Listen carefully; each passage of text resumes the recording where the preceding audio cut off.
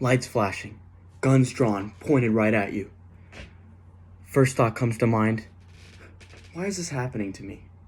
Hi, I'm Jacob Gualato, and I'm going to be talking about the lack of training for police officers and how it leads to unwanted and dangerous situations.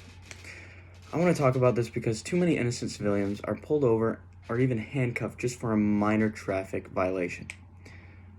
We'll first look at the problem that the police force does not enforce more training on cops. Next, we'll look at one solution in the form of additional training. And finally, we'll discuss how implementing a solution can make a difference. So first, my solution is that we implement community-based policing. This means that police officers live and work in the same community, therefore they know the citizens, and the citizens know them.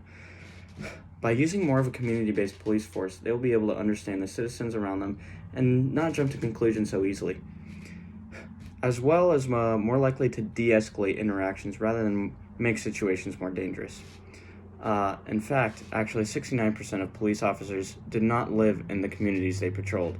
So in the end, by having more of a community-controlled police force, this would allow for less random stops and dangerous situations for innocent civilians. So now that we know our solution works, let's see how it solves our problem.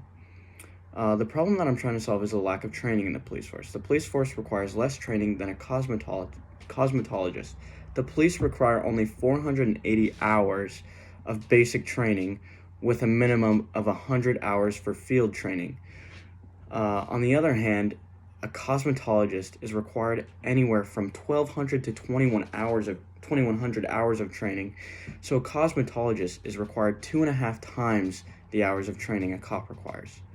Now that we understand what we're trying to solve, let's talk about fixing it. Community-based policing will make the environment all around more comfortable for everyone involved. A more stable and relaxed environment while still maintaining control will provide a sense of security for all the civilians in the community, leading to less high-risk interactions.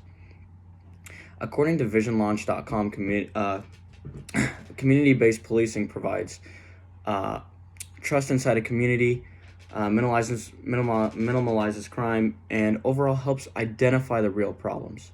Having a trustable community-based police force will provide more crime solving and less unwanted violent engagements between civilians and the police. So today we talked about the problem about the lack of training in police force, how to solve it by instituting a community-based police program, and how that solution benefits everyone in the community by making every situation basically less dangerous than they have been in the past. With this situation comes more of a check and balance on the police force and the citizens, keeping more of the police force in check. I'm Jacob Gualato, and thank you for listening to my TED Talk.